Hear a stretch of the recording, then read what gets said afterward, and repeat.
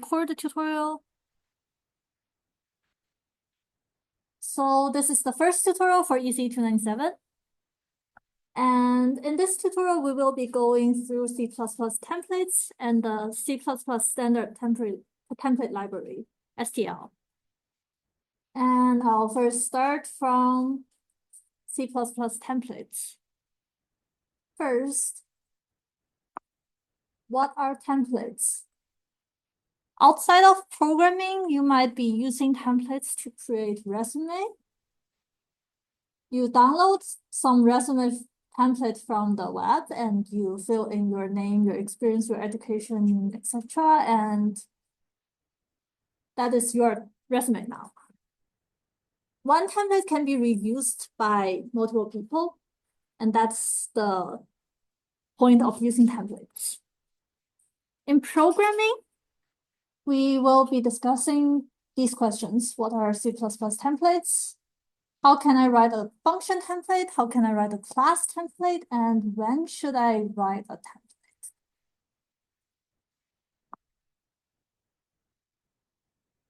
Generic programming is a way to write code once that works for multiple types, which is the same as resume templates, where you write the resume template once and people will be able to use it to create their own resumes. So in C++, you can template functions, classes, and some other stuff too that are not going to be covered in this course. And you can go through the textbook for reference. So first, writing function templates.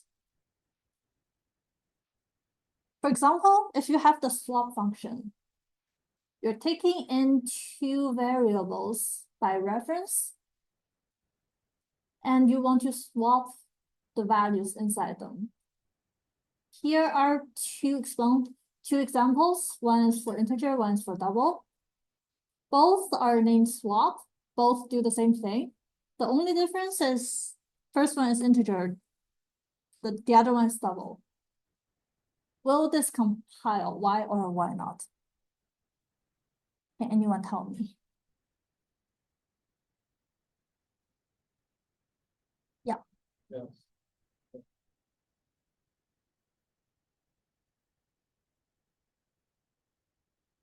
Yeah, they have different function signatures, so this is function overloading because the functions are called based on different parameter types.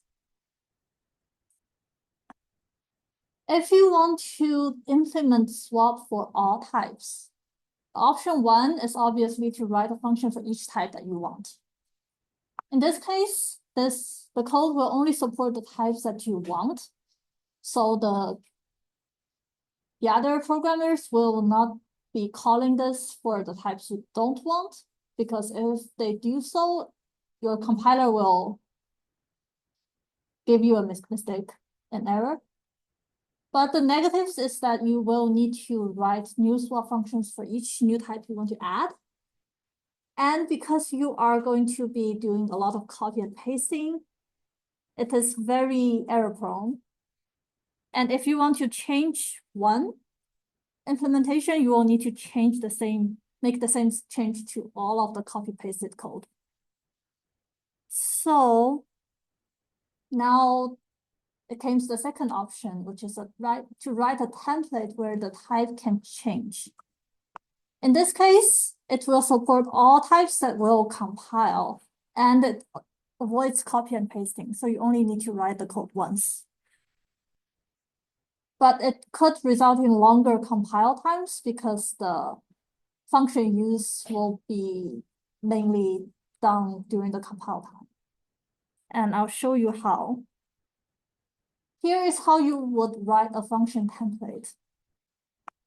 On the first line, tell the compiler that we want to use templates by using the template keyword. And inside the bracket, the type name is a keyword.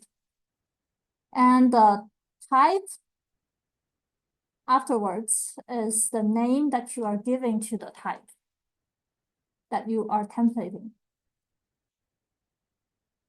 Then during compilation, your compiler will look for the name type in the function that you're templating, and it will be replaced by whichever type you are using. For example, integer.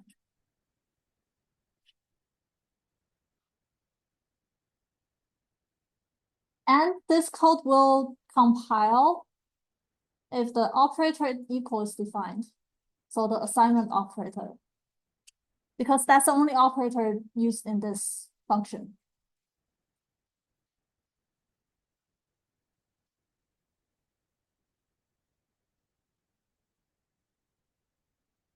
And example usage, if you have two integers I and j, you can directly call swap ij. If you have two doubles x and y, you can call swap bracket double xy. This case, it explicitly tells the compiler that you're templating double. Both of them will work.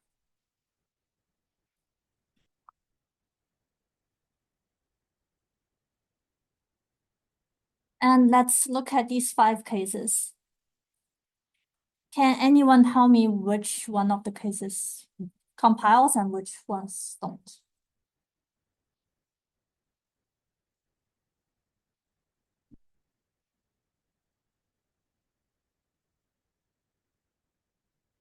Let's do a show of hand. Who thinks case A can compile? Who thinks it doesn't compile? Who thinks case B compiles? Who thinks it doesn't compile? Who thinks case C compiles? Who thinks it doesn't? We have a divergence. Who thinks case D compiles? Who thinks it doesn't? Who thinks case E compiles? Who thinks it doesn't? So the majority is correct. Case A compiles because both of them are of character type. Case B doesn't compile because it's passing in an integer and a char. Case C doesn't compile because you're specifying double, but you're passing in integers. This could be a very common mistake because intuitively you will think passing in integer to a double would compile, but it actually doesn't.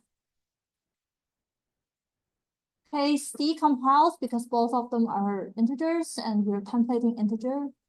Case E doesn't compile because x and y are doubles and we're templating the char. Next, let's try to implement a templated minimum function where you're passing in 2 values, A and B, and you're returning the minimum one. Let's go to this URL and complete exercise 1. You can test and run your program and to see if it's correct. This is not going to be marked.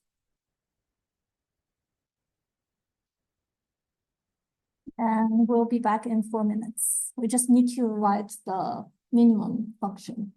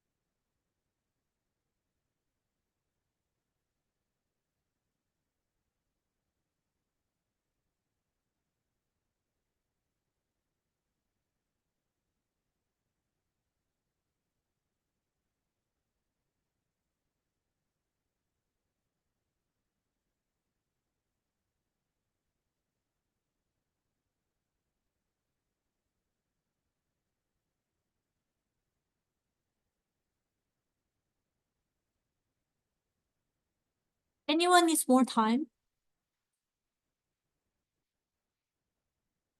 We'll continue.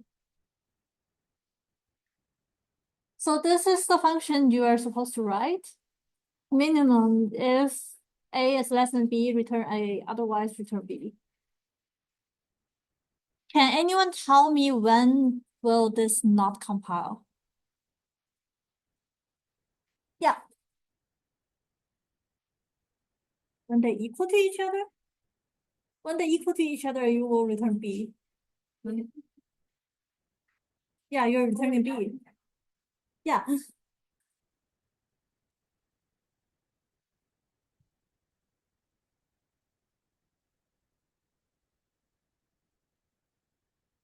Yep.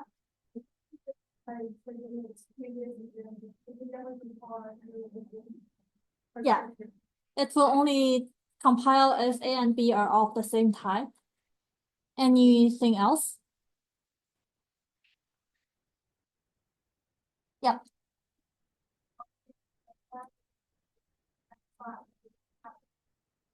Yeah. You will need to have an operator less than. Because you're using the operator less than, and a case where the operator less than is not defined is a race. In that case, it doesn't make sense. And that's it for function templates. Any questions for function templates? Before I move on to class templates. I'll assume that's a no. Class templates. What would you template is that inside the class? It could be the member functions of a class. It could be the member data of a class. For example, an array class can be templated to store different type of values. A linked list class can be templated to store different type of nodes. A binary search tree class can be templated to store different type of values. And we'll be going through the example of pairs. A pair is used to store two pieces of data together. It could be a key plus value pair for binary search tree nodes. And the key and value types may not be the same. You can store a key as a string and a value of an integer. So now let's create a class that can store two arbitrary pieces of data, first of any type and second of any type. And it could be used to insert into a binary search tree, for example. And here are just more examples. Two members, first and second. It could be of different types. And it could be instantiated using different types.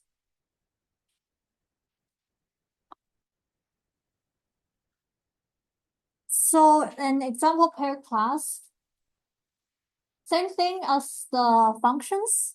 First line, template,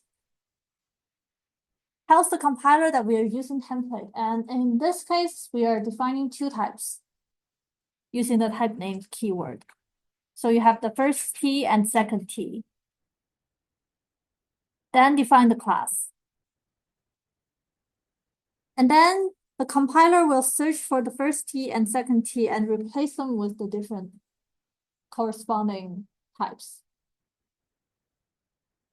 We just need to remember that all of the class definitions, templated class definitions, must be in the header file. The compiler must be able to generate code whenever it sees a new template pair. So it will search in the same file for all of the code. If you write some of the code in a .cpp file, the compiler won't be able to find it. So if you're using templates, you'll need to implement the entire class in the .h or .hpp file. Like this. So the constructor definition, the setters and the getters, and etc. And using the pair class, we do pair brackets, the two types, then it calls the constructor with the two values like this. This should be straightforward, right?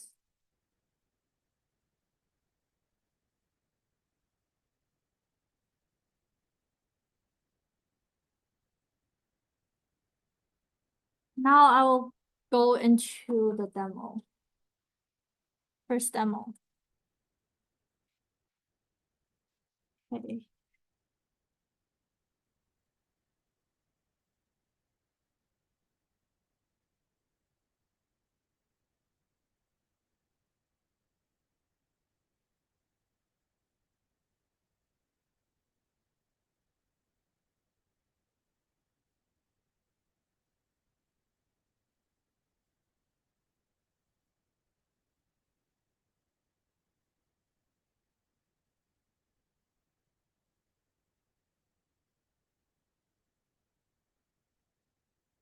So we're looking at a templated max class. And we're calling it with first two doubles, returning a double, and then two integers, returning an integer, and then x and a 2. And x is a double.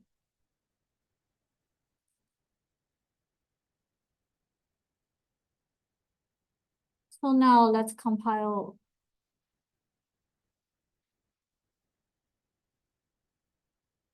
Now it gives a compile error that's this long.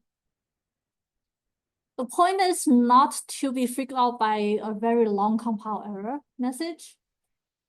Just look at the first error line. It says there's no matching function for call to max, double, and integer on line 17. So let's go to line 17. It's this line. So it's saying that it's looking at a double reference and then integer, which means that it's not recognizing the 2 as a double. It's recognizing 2 as integer. So you have to make it into a double.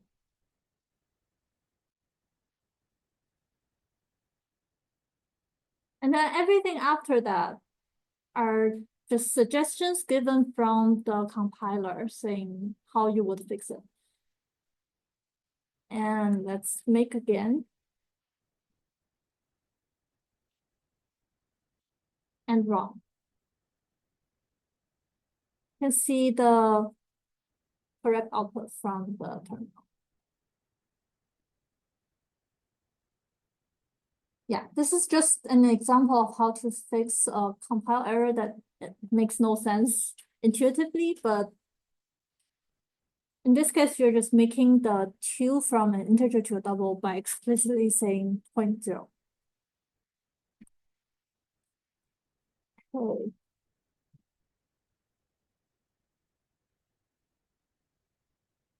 And it's the first demo.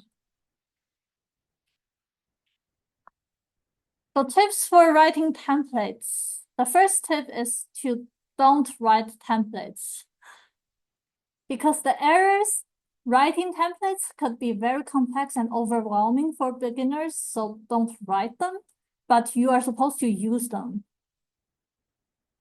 You're supposed to use template functions and classes written by other people in the standard template library or some other library that you can find. If you do write templates, make sure to write the code for one type first, and then test it, and then convert it to a template, then test again. Make sure you're following this procedure when you do write templates because this will avoid a lot of errors. And you can fix any error right away in each step. And that's it for the first half. We can get a short break and come back for the second half, which is the standard template library. We'll be back by 3:40.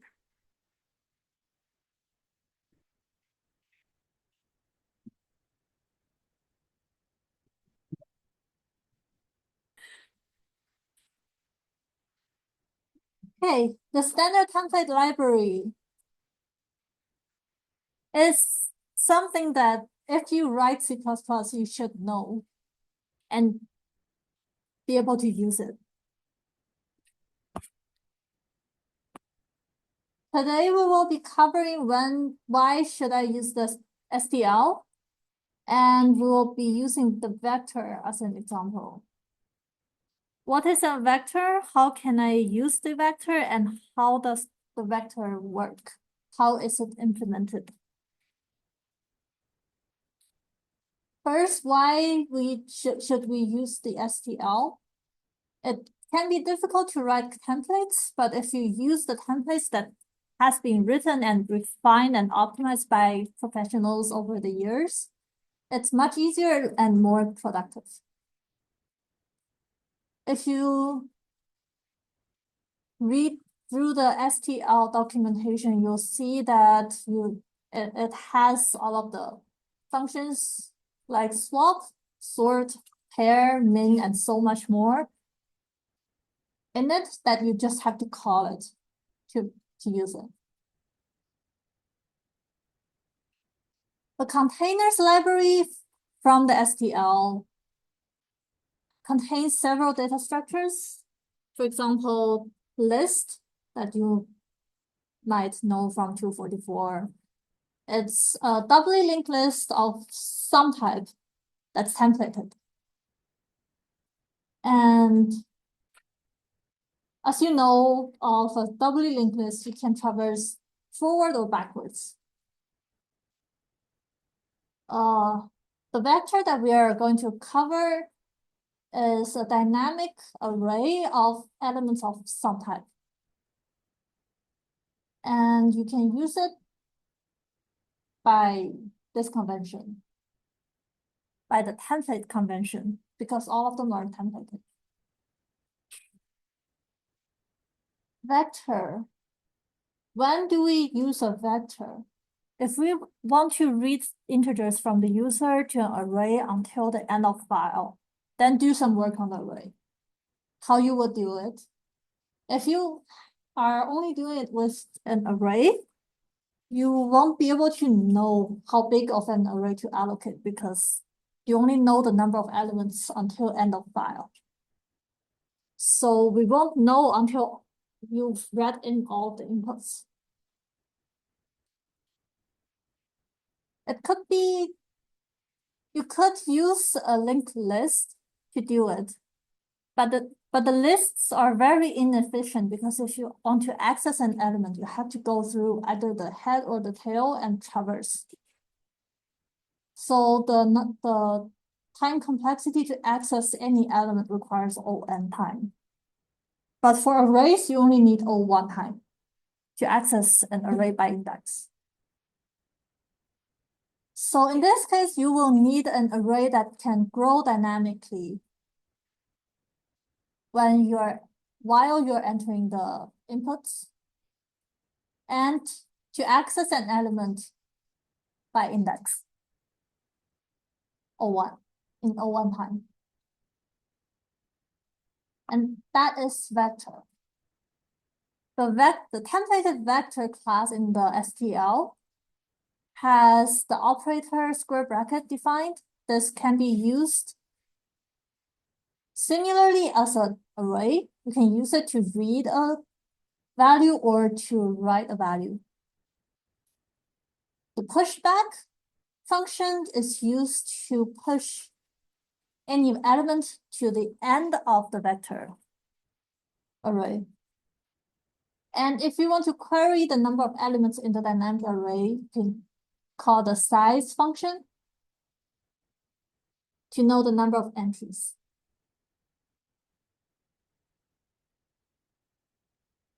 And the program to accept integer inputs into a vector until the end of file is like this. First, you will need to include the vector class, the vector header. Then in this function, you're returning the vector of integers being read. And here is the default constructor of the vector of integers. So this line will construct a vector with 0 elements in them. So an empty vector. And then you just read in the values one by one and pushing back the values into the vector. So each time the value will be placed at the end of the vector array. And at the end, return integers. Return the vector.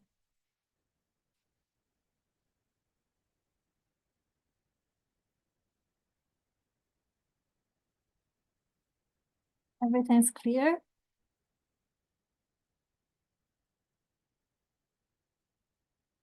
And when you're pushing back the values, the vector itself will grow in size. And then as a second exercise, we want to use a for loop to print out each element in the vector. And of the use of the operator square brackets and size. So let's go back to the code board again and complete exercise 2.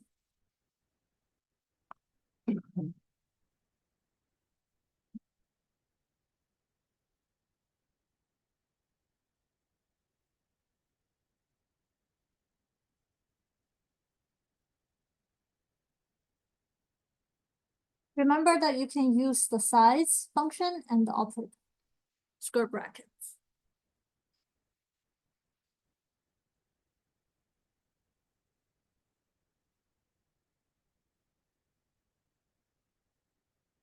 I'll be back in 4 minutes.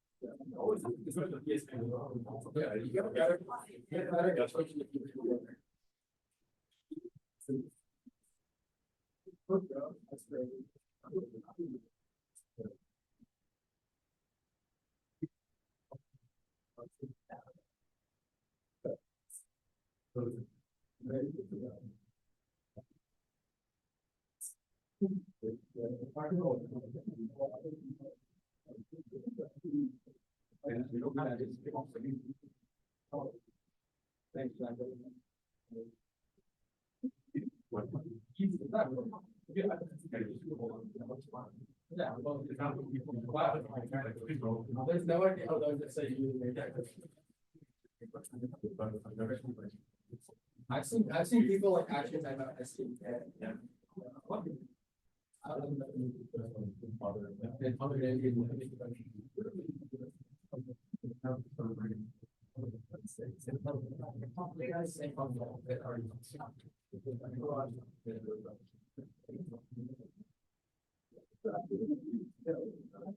Anyone needs more time? Everyone's good?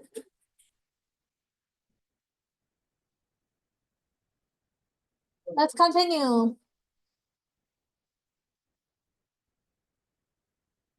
So this is the code that you're supposed to write. In the for loop, you're going from index 0 to 1 less than integers dot size and printing out the integers. Here we're doing the integers separated by a space and an end line at the end.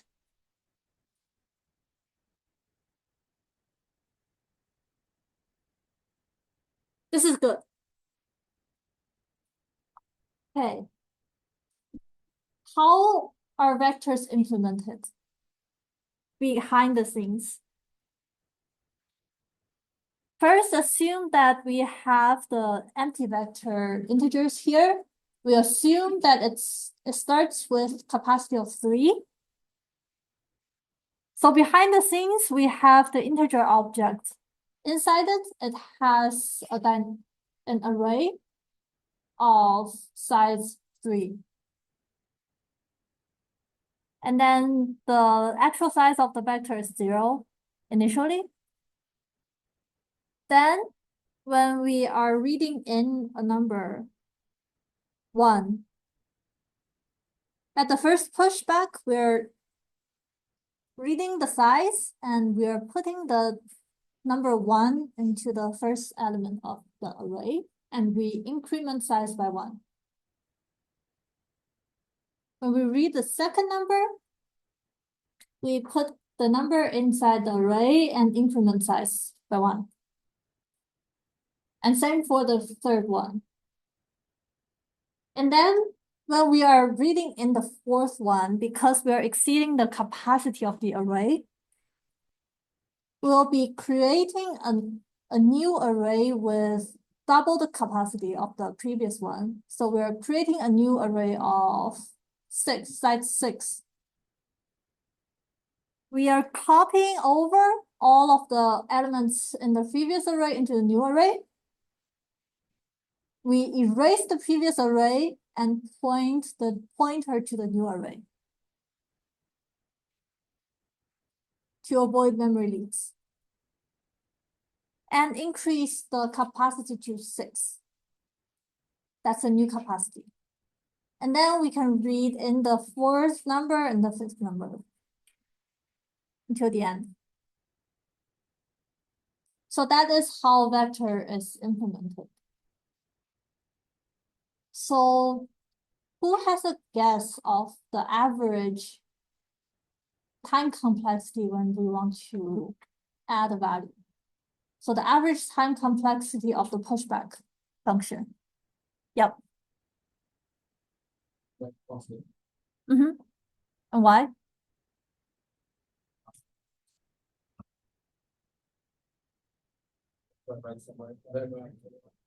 Yeah. Yep.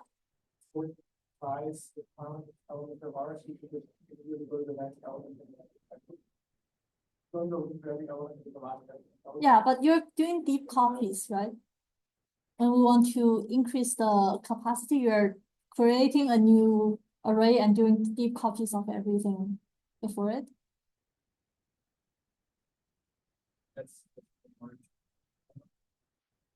Yeah, because every time you're increasing the array size by 2, so it grows quickly enough that the time taken to do the deep copies becomes negligible as the array grows larger. So on average, pushback has O1 complexity.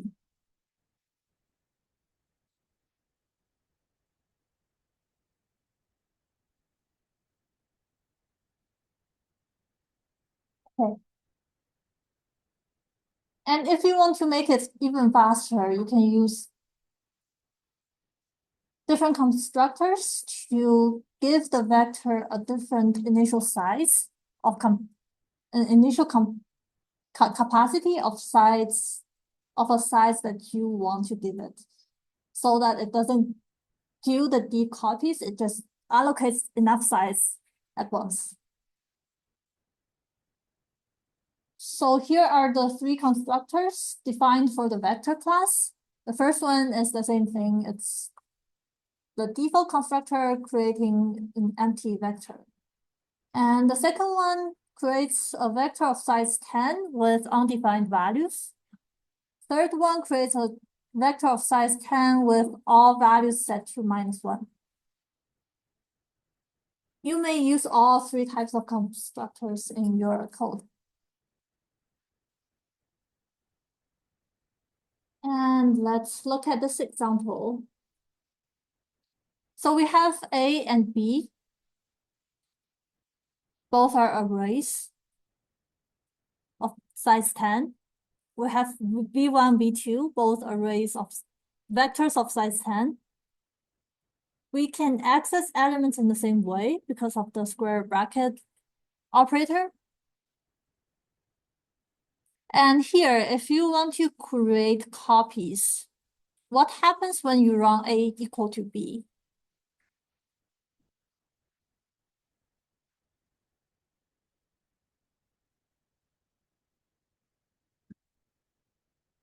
Any ideas? Yep.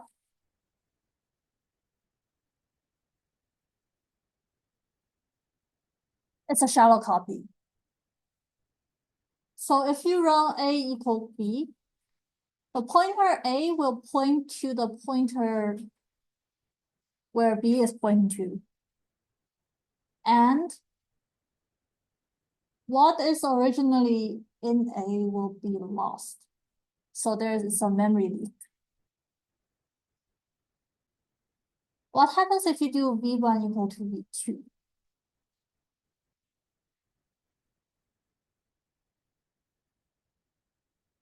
Yeah.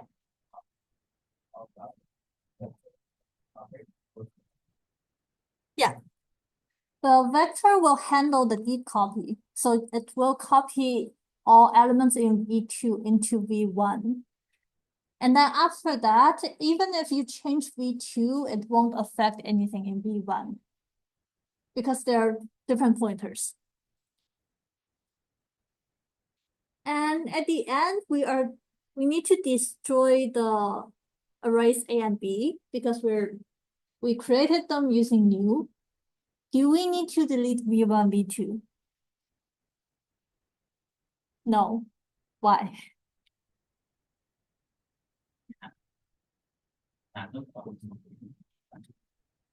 Yes, because when we construct the vectors V1 and V2, they are stored on the constructor of the vectors V1, V2 are on the stack, so you don't have to. And the vector has a destructor by itself, so it will clean up after itself.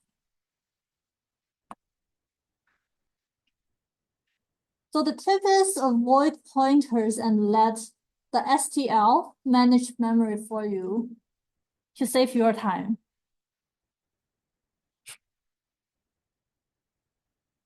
And the milestones will have a wall grind portion in the marking. So if your code has memory leaks, you will lose marks. So just avoid pointers generally.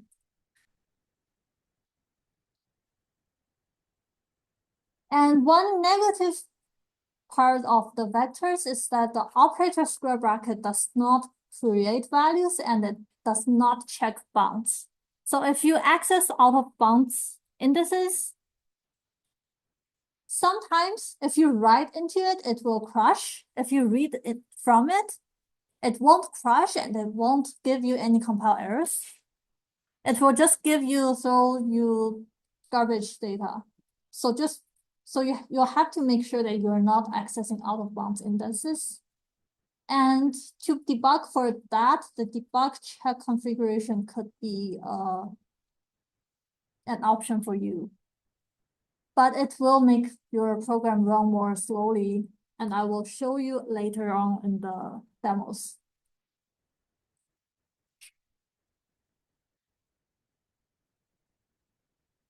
And there is a random access to data with the operator square bracket for the vectors. And the accesses have O1 complexity, which is the same as arrays. And I will go through the demos.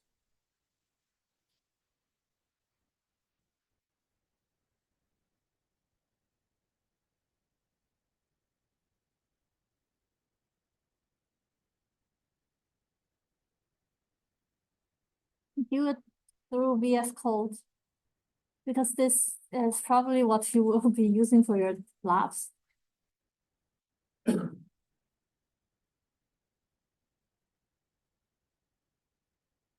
Okay. So in here, we have the .cpp file.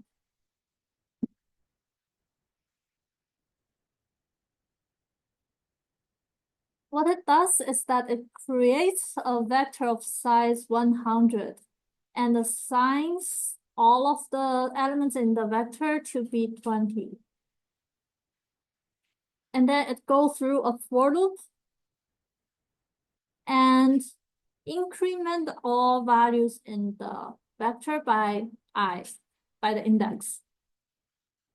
But as some of you might already notice, we are actually accessing out of bounds.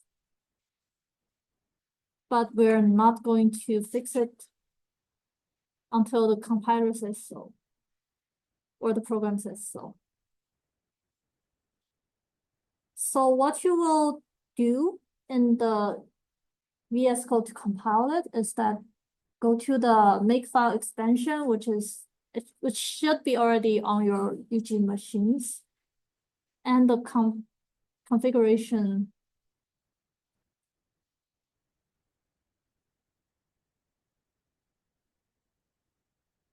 Okay, there's a problem with the configuration, and I'll set the build target to the build target that we want and the launch target to the build target. Normally, you would see the configuration as release, debug, or debug check, but since VS Code is not recognizing it, I'll just do the default one. And click here to make it, to build a current target. We see that it doesn't give any compile errors or warnings, even if we are actually accessing out of bounds. This is the debug button. This is the run button. And when we click the run button, we will see the outputs in the terminal here. So we can see that the elements in the array should contain 20 plus the index. So it's correct up to 99. And then afterwards, it gives random values. This could be a problem in your own code, if you're accessing out of bounds memory that you are not intended to, and this will just give you random values that doesn't make any sense. So I'll close this and build with different configurations.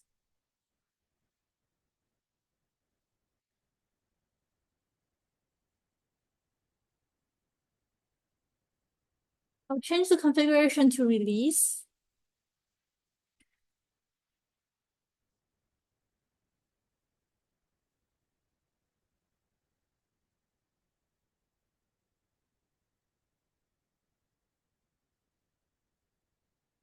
Release configuration doesn't give you any compile errors, and let's run this. This is exactly what you get from what VS Code shows. Let's make clean again and do a debug. You'll see that the compile flags are different between release and debug.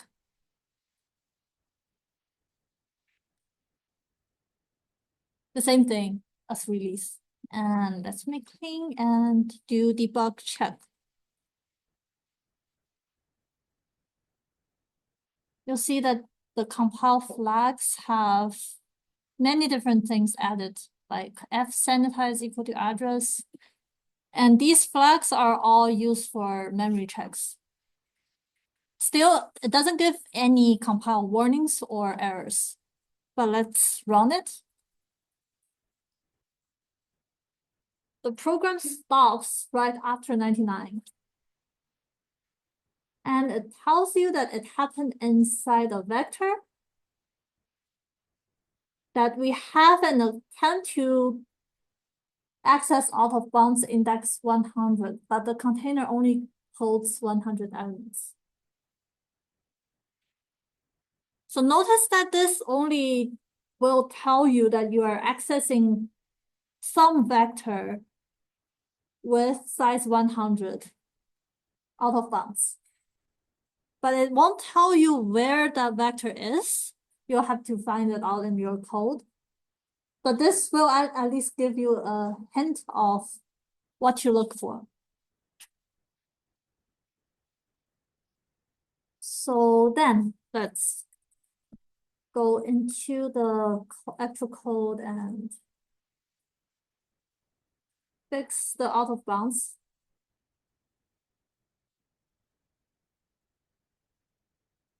This is and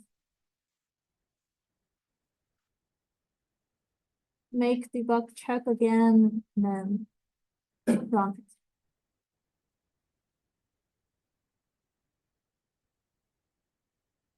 Okay, is that fine? This is just to show how debug check is your friend when you're getting some weird errors during runtime and your program doesn't crash and your compile doesn't give you any warnings or errors.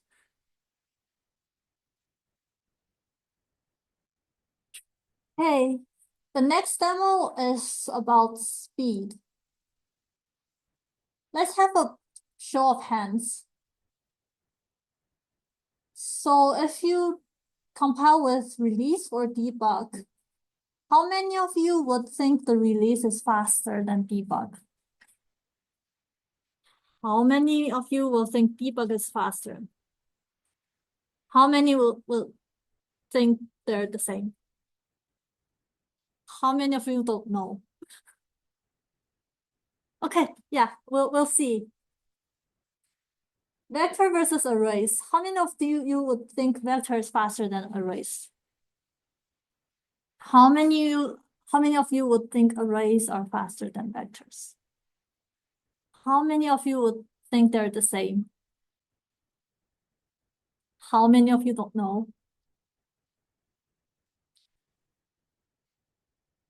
Python versus C++. How many of you would think Python is faster than C++? C++ is faster than Python? They're the same? Okay, I think that one is very obvious, and let's see it in action.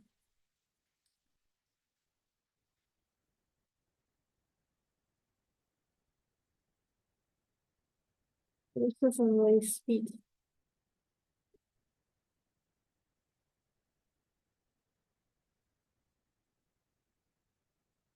So in here we have the C++ file here. So what happens is that we are defining a vector, and in the vector we are doing something to it. The size is n. We have a very big vector. And if we want to switch to an array, it's here.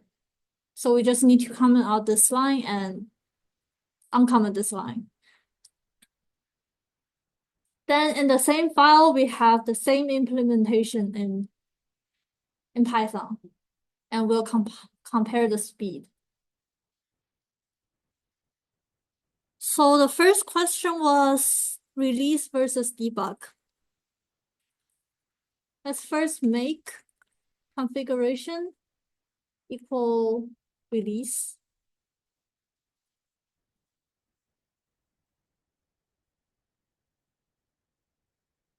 Then we'll time the execution time.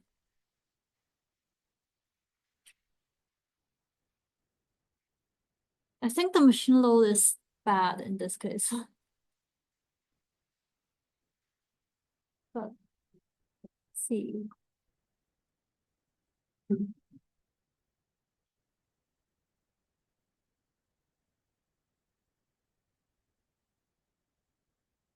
Yeah, the machine load is bad. We'll just look at the numbers here. So how to read the outputs from the time command? The first number is the amount of time spent in user code. This is the number of time spent in system code, system kernel. And this is the actual wall clock time that the program spends. So we are just looking at this number. And the first zero is in minutes. The 0.65 is in seconds. So in total, this program took 0.65 seconds. And let's make clean.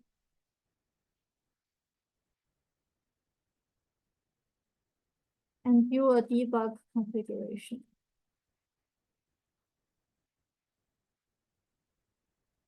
Then time it.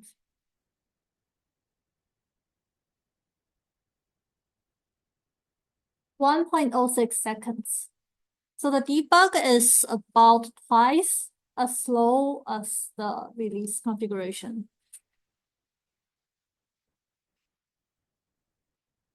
We already know that debug check is slower. Let's see it in action.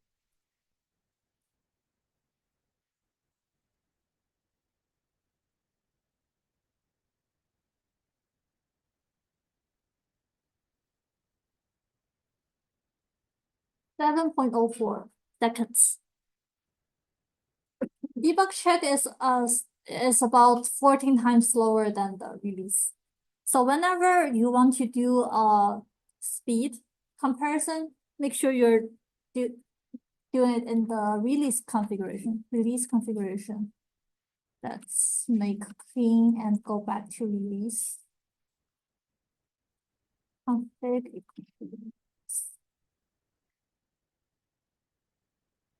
And that's because of the O3. Okay. And now the second comparison, vector versus array.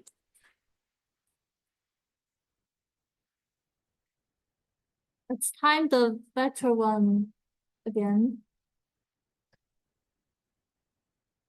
0.52, it's better than before. And let's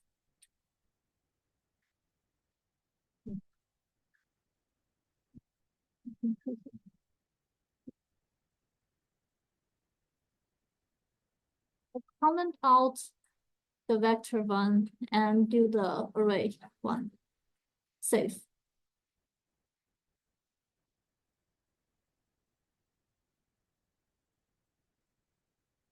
Build configuration is release, and let's time it.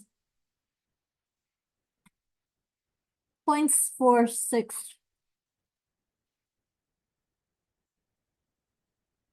So the array one takes 0.46.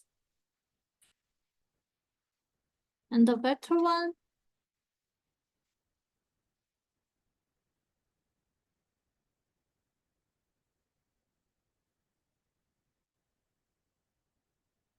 (0.52). And that's because this machine has a very not accurate machine load at this time. Actually, the time taken for vector and arrays should be the same because they're both O1. And especially when the size is sufficiently large, it doesn't give any difference. So vector versus arrays should be of the same speed, about the same speed.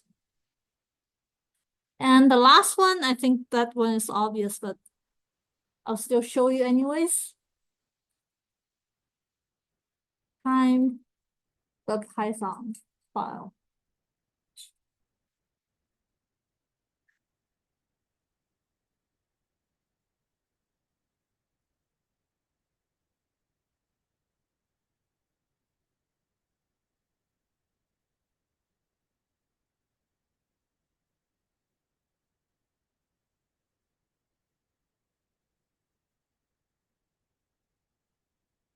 That's the speed of Python. So Python is even slower than debug.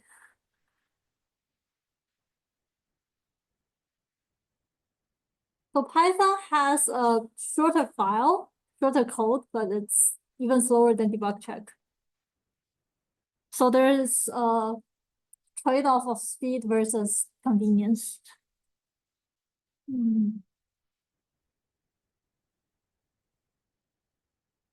And that's it for the demos. So if you want to read more about C++ and the STL, and probably you will need to read more about the STL and see which containers are useful for your milestones. You can go to especially the C++reference.com and the Google online references. Yeah, and that's it for today's tutorial. If you have any questions, I'm here.